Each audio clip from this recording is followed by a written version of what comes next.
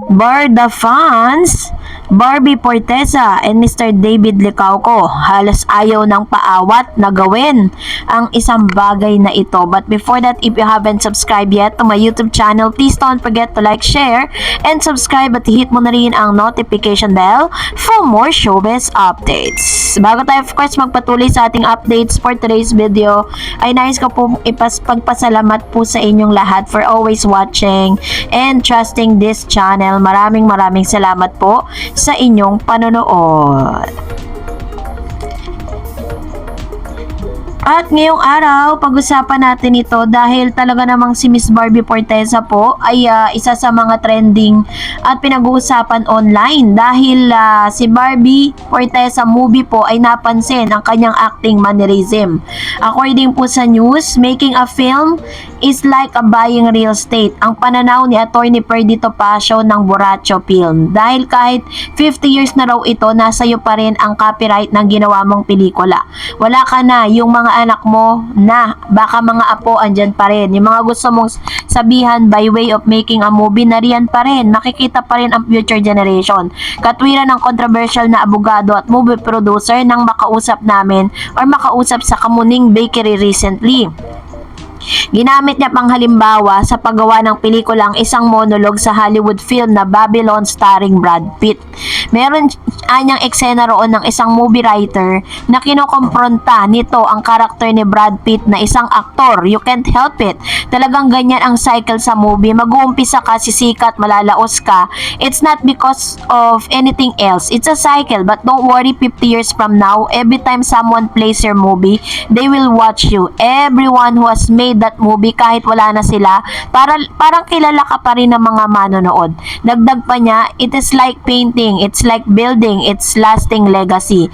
Pero sa kasalukuyan ay hindi pelikula ang pinagkakabalahan ni Atty. Topacio, kundi ang mga reklamong criminal graft sa Office of Ombudsman laban kay House Speaker Martin Romualdez, no? At sabi niya, House Majority Leader Manuel Jose Felipe,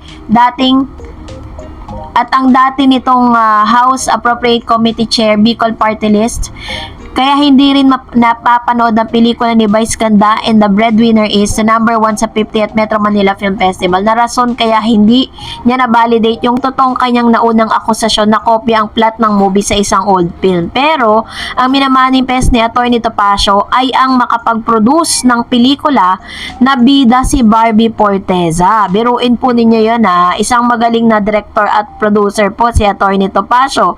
Believe daw kasi siya kay Barbie at kailangan lang nitong mag-tone down sa acting mannerism na nasa director lang naman, pero meron daw depth ang kapuso actress. Hindi pa rin nila naumpisan ang biopic ni former Senator Greg Onasan na pagbibidahan ni Senator Robin Padilla election campaign not for midterm election. So sabi po ni Atty. Topacio na isa sa mga director and producers ng mga pelikula, sinasabi po niya na gusto niya pong gawan ng pelikula itong si Miss Barbie Forteza dahil meron po siyang nakikitang something dito kay dito po sa nasabing actress na ito na talaga namang hindi niya makita sa ibang mga actress. Sinabi niya na meron daw lalim na nakikita siya kay Miss Barbie.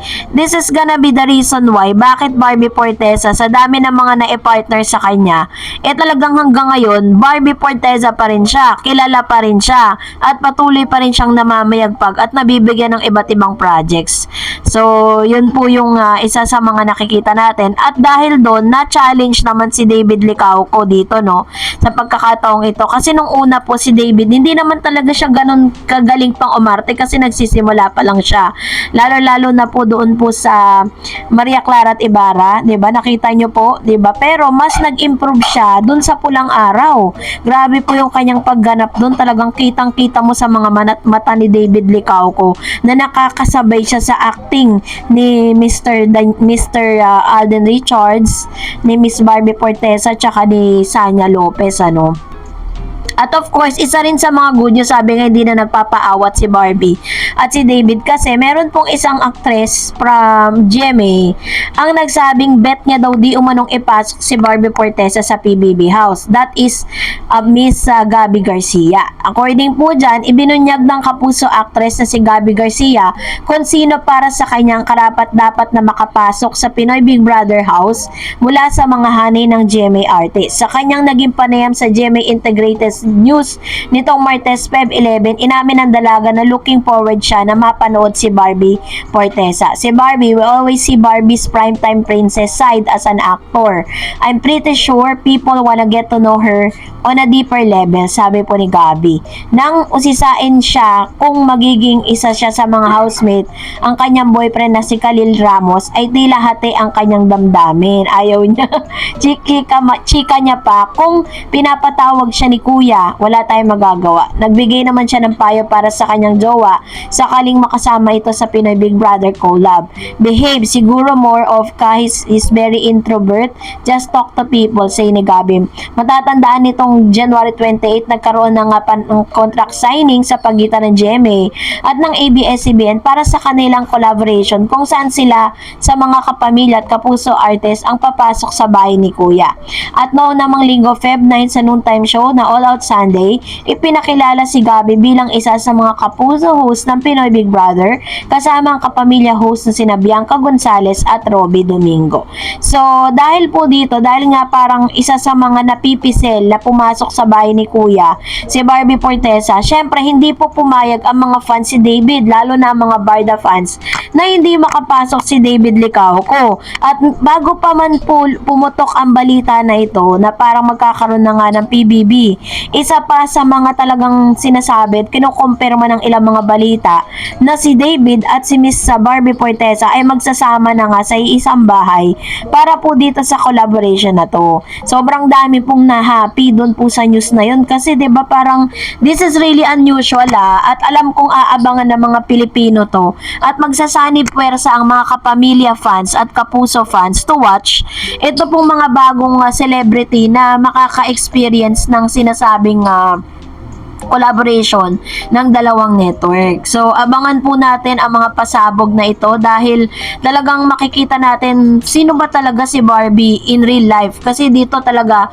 makikita po lahat ng mga attitude, character mo, anong klaseng tao ka. Hindi ka pwede magkunwari dito kasi alam ng mga taong nanonood kung ina-acting mo yung iyong ginagawa sa loob ng bahay ni Kuya. As well as, ganun din naman si Mr. David Licauco. Ano bang mga ginagawa niya every morning bago siya matulog and all, 'di ba? Doon natin makikilala sila deeply at lalong iingay ang pangalan ni Barbie at ni David Licauco kung sakasakali man nabibigyan sila ng chance na makapasok po sa loob ng bahay ni Kuya. Remember, that's really the most prominent real parang ano siya real life na mga pangyayari. Kaya naman abangan po natin yan.